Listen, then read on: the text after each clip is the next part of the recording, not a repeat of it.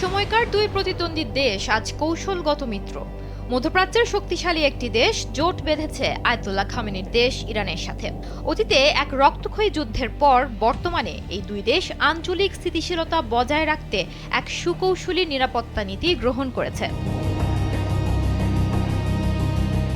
এই গভীর সম্পর্কের জেরেই ইরাক এবার স্পষ্টভাবে ঘোষণা করেছে যে তারা তাদের মাটি বা আকাশসীমা ব্যবহার করে ইরান বা অন্য কোনো প্রতিবেশী দেশকে কখনোই হুমকির মুখে পড়তে দেবে না।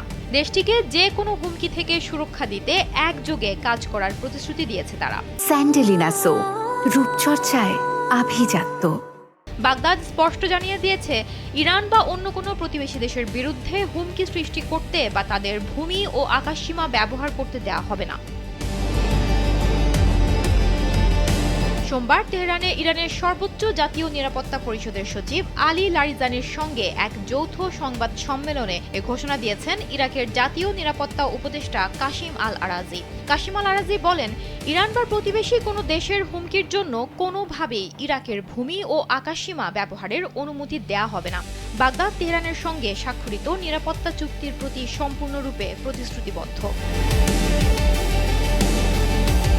চলতি বছরই আন্তর্জাতিক পরিমণ্ডলের উত্তেজনা চরমে পৌঁছায় যখন গেল জুনে ইসরায়েল অতর্কিতভাবে তেহরানে সামরিক, পারমাণবিক এবং বেসামরিক লক্ষ্যবস্তুতে হামলা চালায়। ফলে ইরানের শীর্ষ সামরিক কর্মকর্তা ও পরমাণু বিজ্ঞানী পর্যন্ত নিহত হন। ইরাক তখনই জাতিসংঘ নিরাপত্তা পরিষদে ইসরায়েলের বিরুদ্ধে একটি আনুষ্ঠানিক অভিযোগ দাখিল করে। অভিযোগে উল্লেখ করা হয় যে ইসরায়েল ইরাকের আকাশসীমা লঙ্ঘন করে ইরানে এই হামলা চালিয়েছে।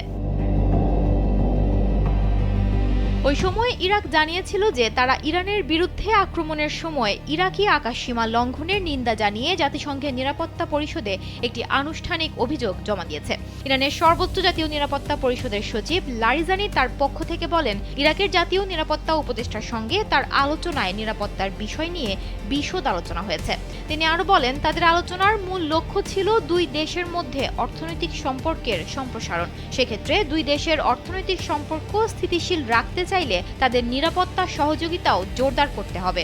বিশেষজ্ঞদের মতে ইরানের পাশে দাঁড়িয়ে ইরাক নিজেদের ভূখণ্ডকে নিরপেক্ষ রাখার যে প্রতিশ্রুতি দিয়েছে তা শুধুমাত্র কূটনৈতিক ভাষায় নয়, বরং আঞ্চলিক নিরাপত্তা ভারসাম্যের এক গুরুত্বপূর্ণ বার্তা।